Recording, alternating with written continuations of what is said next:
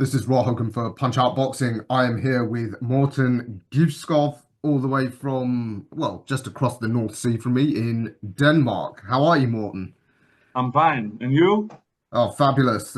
Thank you for your time. And by the way, did I pronounce your name correctly? Yeah, Morten Givskov. Okay, fantastic. So, Morten, exciting news for you as a novice pro. You're only 4-0 over there, Yeah. but you have been selected for the inaugural WBC Grand Prix tournament in Riyadh.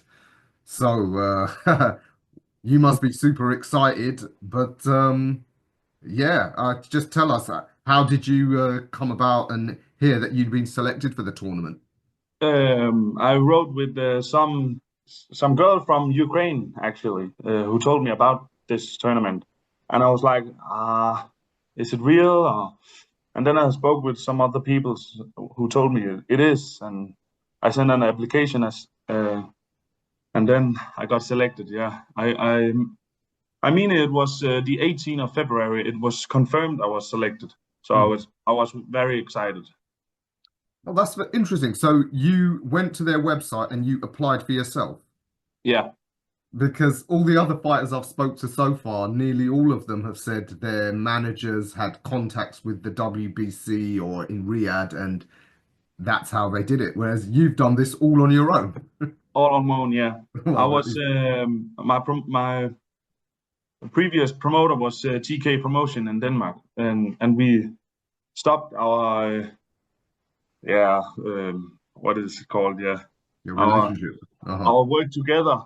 Um, so now I have to do it on my own, and this is a great opportunity for me to show what I can do and hopefully get a gold medal. Absolutely. It is a great opportunity for all of you young fighters. Just want to recap a little bit about your amateur career. Looks like you had a really good amateur career, fought some of the top fighters. Yeah, just can you tell us about your boxing background? When did you start boxing? Why did you start? I started when I was 9 years old. Had played a lot of football before then, and was not very excited about it when I get 8, 9 years old. And Hmm. my father was like, "You had to go to something, anything," and he named a lot of sports: tennis, handball, football, anything you can dream of. And then he came up with boxing, and I was like, "Oh yeah, boxing. Let me try that." Great. That's your I think that's your Viking ancestry, your fighting spirit coming out there. That's Yeah. great. And in the amateurs, you represented Denmark in international competition. Yes. I have been to the Olympic qualification in 2020, and I was one fight from qualify, and I had a lot of uh, fights from the national team. Hmm. That's surprising, given that you got that close to the Olympics. None of the big promoters signed you up. Yeah, yeah. I think it was because I said to myself, 2024 will be the year, and then I got 2 kids, and there was something other who's there was different things who took me from uh, participating and trying to compete in the Olympics again. And then I spoke to TK Promotion about a professional contract. Hmm. Okay, so last year was your first year as a pro, like any young pro, just the first few fights are learning. Yeah, Um, But yeah, now you're going to go in against live competition, other young fighters like yourself who are looking to hit the big time. I mean, how confident are you in your ability that you can compete against the top heavyweights? I'm very confident. I had a lot of amateur fights with top heavyweights, and I think I believe in myself. I have some good training, and I think this will be a massive opportunity for me to show what I really can. Hmm. Are you a full-time professional or do you have to have a side job? I've had to have a side job. Yeah. I'm uh, I'm working at a school as a uh, not a cleaning, but what is it? In Danish, it's pedel. Hmm. Um, I don't know what it is in English actually, but I fix all the things in the school. If a door falls off, I put it back on and something like that. Yeah, I think we call it, well, Americans call it a janitor. Yeah, but Yeah, hey, yeah, listen, I think yeah, janitor. an important job, but it just is a reminder to fans, it's not all glamorous. Even here Yeah, in England, as you know, England boxing is thriving, but 90% of the fighters, they have another yeah. job. Only one or two superstars are millionaires.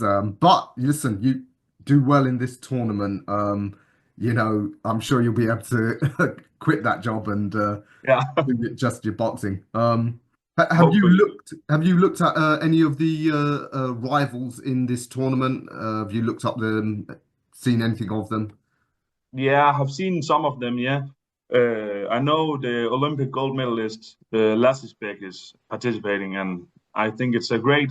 Uh, I think there's a lot of good boxers in this tournament, and it will be very challenging and fun. Yeah, competing in this. Yeah, Also, the experience of coming to Saudi Arabia and big boxing scene. yeah. I mean, it's obviously huge over there, thriving right now. And what can we expect from you in terms of your boxing style? Can you tell us, maybe some of your influences in terms of how you fight? I'm a technician. I'm very fast, and I had a good defense. Mhm. Um, yeah, I think I'm like, if you take a 75 kilos, I'm as fast as he is. But as in super heavyweight. Oh wow, that will hold you in good stead. Incidentally, what is your height? Because it's not listed on BoxRec. It's 196 or 7 Okay, centimeters. because I guess you've seen, like all of us recently, Alexander Usyk has shown that the smaller, faster heavyweights Yeah, actually have an advantage over the very big giants of the sport. Um, exactly. so yeah, you're in good stead there. And how much interest is there in boxing? I mean, in the past, there's been some great fighters like Kessler. I remember Brian Nielsen when I was younger. Yeah. He was the top Danish heavyweight. Is there much interest in boxing right now? And if you do well in this, could you become a star there? In Denmark, there's not so much interest in boxing. It's falling. Hmm. Um, badly, yeah. But I don't think it would make me a star, but it will definitely make a lot of um, a lot of people get to know me, but not a star in Denmark.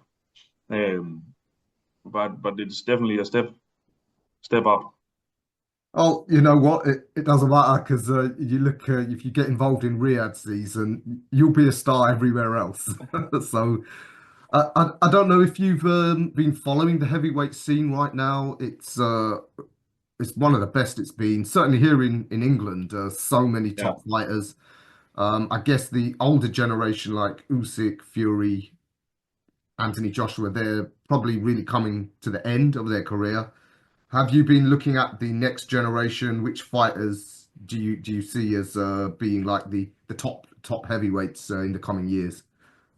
hopefully myself, and Of course. I think there will be a lot of good names. I know the two times Olympic gold medalist in super heavyweight is a professional, and he's doing very well. And I Mhm. think now Yeah, we have Sandor. Parker who's going up. So there will be a generation shift. The younger generation will be a little bit more like uh, it's bad to say more technician or faster. Hmm. Now it's strength. They are tough. They are strong, and the younger generation, I think they are more like a technician. We will see some good fights in the future. Yeah, and obviously you do well over there in the Grand Prix tournament. That will put your name well in the heavyweight picture. Yeah. Um, yeah, are there any particular fighters, whether like here in England, anywhere in the world that you think you'd like to fight one day? Oh, it's hard to say. I'm taking whoever comes, and I see it as my opportunity to do, yeah, what I like and what I think is fun, and that's boxing. So whoever comes and will fight, I'm ready. You know, in the past, of course, Kessler and Froch had that great rivalry. England and Denmark's been a rivalry going back to Yeah, 1066, I think, when one of your kings invaded here. So, hey, listen, there could be some great fights. Would you like to come over to here in the UK? very much. Yeah, England. I like England. We were over there in the 2020 as an amateur. I trained in the Sheffield GB gym. Oh, yeah. And the whole setup over there is much different than here. It's bigger. It's they had some great have some great fighters over there. And bronze medalist Fraser Clark, I sparred with him.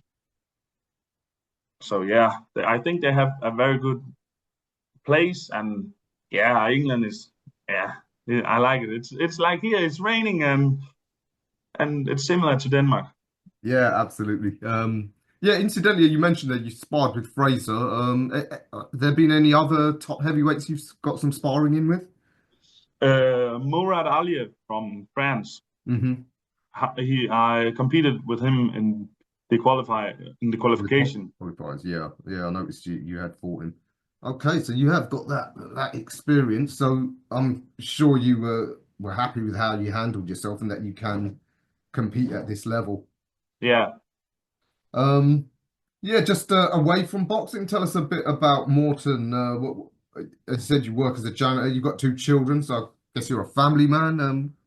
Do you have yeah, I'm a other family interests? man. I, what? Do you have any other interests outside of boxing?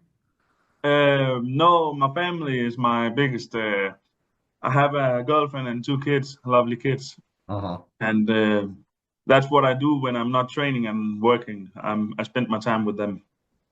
All right. I mean, I guess great motivation for you to Yeah, do well. But hope the kids aren't making you too mellow. We need that warrior spirit when you get in the ring. yeah.